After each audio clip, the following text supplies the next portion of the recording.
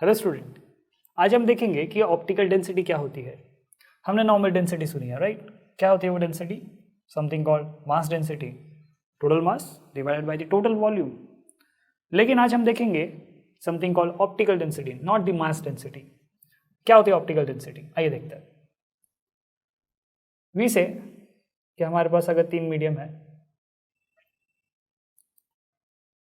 Let's say air, water और glass.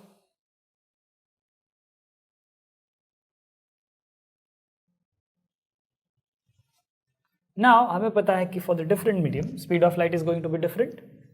लेकिन वो डिफरेंट क्यों होती है, आइए देखते हैं। लेट्स से कि ये पॉइंट 1 है एंड ये पॉइंट 2 है, ये स्टार्ट है और ये एंड है। सो मान लेते हैं कि एयर से जब लाइट ट्रैवल हो रही है, लाइट क्या होती है? एनर्जी, फॉर्म ऑफ एनर्जी और electromagnetic wave you can say. So electromagnetic wave यहाँ से ट्रैवल हो रही है और इन बिटवीन कोई एयर का एक मॉलिक्यूल बीच में आ जाता है। सो व्हाट विल हैपन? ये मॉलिक्यूल इस एनर्जी को एब्जॉर्ब करेगा और फिर उसे री एमिट करेगा। लेकिन ये जो एब्जॉर्प्शन और री एमिशन की प्रोसेस है उसके लिए थोड़ा सा टाइम इंटरवल चाहिए। सो वो जो थोड़ा सा टाइम इंटरवल है, उस थोड़े से टाइम इंटरवल के लिए लाइट क्या हो गया था, वहाँ पर थोड़ी देर के लिए रुक गया था। फिर यहाँ से क्या करेगा? कंटिन्यू करेगा and then it will reach point 2। Now let's say कि आपके पास अगर वाटर है, वाटर में कंपैरेटिवली थोड़े से ज़्यादा मॉलिक्यूल्स होंगे। सो लेट्स से कि इस बार आपके पास let's say 1 2 let's say 3 molecules है। सो ये जो मॉलिक्यूल है इसने एब्जॉर्ब किया, फिर उसने री एमिशन किया, फिर इसने एब्जॉर्ब किया, फिर री एमिशन किया, फिर इसने एब्जॉर्ब किया और फिर इसने भी क्या किया? री एमिशन किया। So what is happening here? Compare to air, water में एब्जॉर्प्शन और री एमिशन की जो प्रोसेस है वो ज़्यादा बार होती है।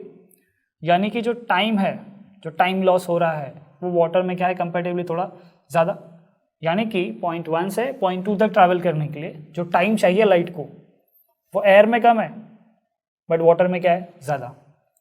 अब कंपेयर करते हैं हम ग्लास के साथ। लेट्स से कि अगर ग्लास से ट्रैवल हो रहा है, सो मान लेते हैं कि उसमें बहुत सारे ऐसे मॉलिक्यूल्स हैं। So what will happen? यहाँ से लाइट ट्रैवल करेगी, absorb then re emit, then absorb then re emit, then again absorb and re emit, absorb and re emit, absorb and re emit, absorb and re emit. So what is happening here? Light जो है वो बार बार absorb और री emit हो रही है। यानी कि पॉइंट 1 से 2 तक आने के लिए लाइट को कंपैरेटिवली थोड़ा और ज़्यादा टाइम लगेगा। सो वी से कि लाइट को टाइम लग रहा है लीस्ट एयर में, हम इन तीन मीडियम्स की बात कर रहे हैं। एयर में लीस्ट टाइम लग रहा है, वाटर में उससे थोड़ा ज़्यादा टाइम और ग्लास में उससे भी थोड़ा ज़्यादा टाइम। सो ये जो छोटा सा डिफरेंस है टाइम का, इसकी वजह से स्पीड ऑफ लाइट क्या हो जाएगी? Change, because we know speed is equal to what? Distance upon time. So अगर डिस्टेंस इंक्रीज करना हो आपको तो आप कर सकते हैं, नो प्रॉब्लम। बट फिलहाल के लिए हम किस पे फोकस कर रहे हैं? टाइम पर। सो आपने क्या कहा कि टाइम ज़्यादा लग रहा है, तो टाइम अगर ज़्यादा लगेगा comparatively for the same distance, तो स्पीड आपको क्या मिलेगी? कम, राइट। सो वी से कि पॉइंट 1 से पॉइंट 2 तक ट्रैवल होने के लिए फॉर 3 डिफरेंट मीडियम्स, लाइट की स्पीड सबसे ज़्यादा किस में आएगी? एयर में, क्योंकि उसमें टाइम सबसे कम लग रहा है। वाटर में उससे थोड़ा ज़्यादा टाइम लगा तो उसमें स्पीड कंपैरेटिवली थोड़ी कम आएगी, और ग्लास में सबसे कम आएगी स्पीड की वैल्यू। सो आपको ऐसा नहीं लग रहा है कि स्पीड हर एक मीडियम में चेंज हो रही है, राइट। सो वी से कि द मीडियम जिसमें आपका स्पीड ऑफ लाइट क्या है? सबसे ज़्यादा, तो ज़्यादा होता है, उस मीडियम को हम कहते हैं रेयर मीडियम। और ऐसा मीडियम जिसमें आपकी स्पीड ऑफ लाइट होती है कम, उसे हम कहते हैं डेंसर मीडियम। सो अगर मैं एयर और वाटर को कंपेयर करूँ, so I will say what? Air है रेयर और वाटर क्या है? डेंसर। अगर मैं एयर और ग्लास को कंपेयर करूँ, एयर और ग्लास को कंपेयर करें तो एयर है रेयर और ग्लास है क्या? Denser, no problem. लेकिन अगर आप कंपेयर करें वाटर को ग्लास के साथ, वाटर का अगर आप ग्लास के साथ कंपेयर करें, सो वाटर क्या हो जाएगी? रेयर और ग्लास क्या हो जाएगा? डेंसर। बट वेट, थोड़ी देर पहले हमने क्या बोला था कि वाटर डेंसर है, बट तब हमने कंपेयर किसके साथ किया था? एयर के साथ। सो ये जो रेयरर या फिर डेंसर की जो कंसेप्ट है वो डिपेंड करती है कंपैरिजन पे कि आप किन दो मीडियम्स को कंपेयर कर रहे हैं। So water of course it is denser compare to air, but rarer compare to what? Glass. So ये जो रेयरर और डेंसर की कंसेप्ट है, आई होप आपको समझ में आया कि किस तरह से हम ये रेयरर और डेंसर यूज करते हैं word on the basis of comparison. So ये था अबाउट ऑप्टिकल डेंसिटी, जिससे हम पता कर सकते हैं कि स्पीड ऑफ लाइट ज़्यादा किस में है और कम किस में है। जिसमें होगी ज़्यादा स्पीड ऑफ लाइट उसे कहेंगे रेयरर, और जिसमें कम होगी उसे क्या कहेंगे? डेंसर। नाउ लेट्स से कि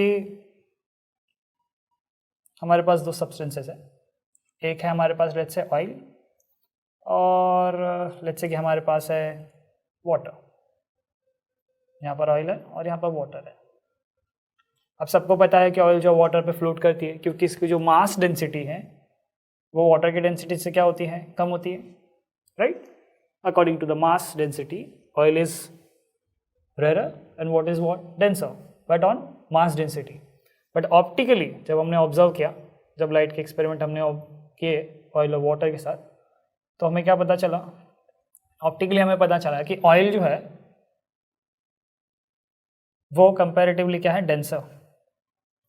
oil is denser compare to what? Water. यानी कि आप जब मास डेंसिटी की बात करेंगे तो ऑयल ऑफ कोर्स क्या है? रेयरर। बट अगर आप ऑप्टिकल डेंसिटी की बात करेंगे तो वो क्या है? डेंसर। आई होप आपको समझ में आया कि ऑयल रेयरर क्यों है मास डेंसिटी के कंसेप्ट में, और डेंसर क्यों है ऑप्टिकल के कंसेप्ट में। लाइट के लिए ये डेंसर मीडियम की तरह बिहेव करेगा और ये क्या बिहेव करेगा? As a rarer medium. Thank you.